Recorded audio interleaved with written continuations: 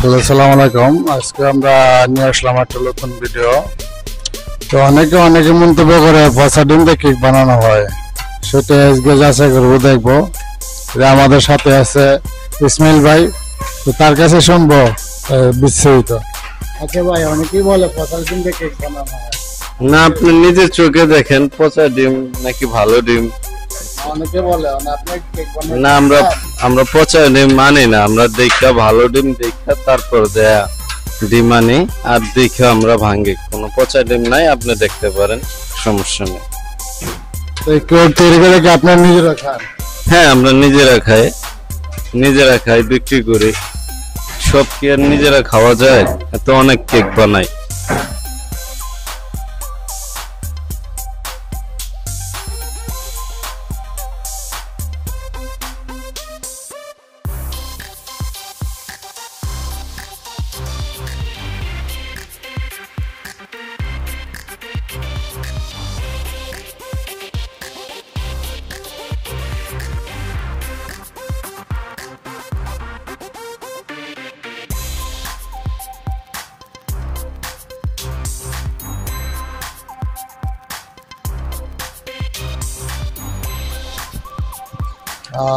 ইসমাইল ভাই কি দিতেছেন এখন? এখন এটা দুধ দিতেছি, দুধ গ্লুকোজ ডিমের সাথে দুধ গ্লুকোজ দিতেছি। কত পরিমাণ? এই যে 1 কেজি। 1 কেজি দুধ আর গ্লুকোজ মিলে না? হ্যাঁ হ্যাঁ। আচ্ছা, এই যে দিয়ে দিলাম। এখন মিক্স করব আর চিনি দিব।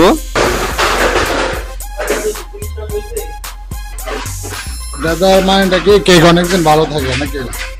এটা যে লাস্টিং পাউডার আর কি, ময়দার গন্ধ থাকলে এটা চলে যায় আর ভালো থাকে, অনেকটা পরিষ্কার থাকে।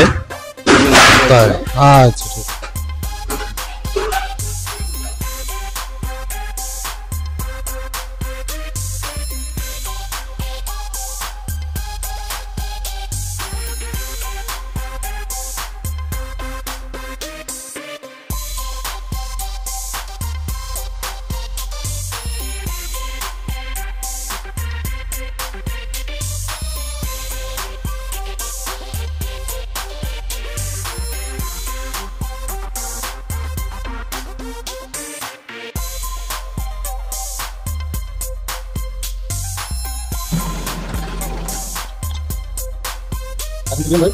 এখন পানি দিব, মানে চিনি মিশিং দিয়ে মাইর হয়ে গেছে। এখন এই যে পানি দিয়ে আবার মিশিং চালু করে দিই, মাইর হয়ে গেলে তারপরে আবার নিলাম ময়দা দিয়ে। তো পরিমাণ মতো পানি দিয়ে দিতেছে ইসমাইল ভাই, পরিমাণ মতো পানি দিয়ে মিলে গেলে দিব। এখন দুধ মারা আছে, এখন পরিমাণ মতো পানি দিয়ে করে কিছু মার হবে, আবার তেল হবে। হ্যাঁ, তেল দেওয়া হবে, তারপরে বেকিং সোডা ময়দা দিয়ে মিক্স করব। এখন এটা শেষ, এবার চালু করে দিই।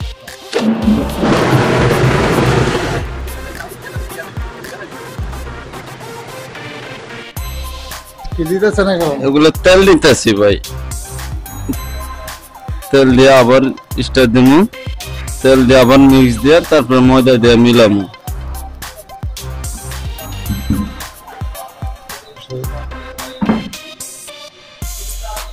ছেড়ে দিলাম।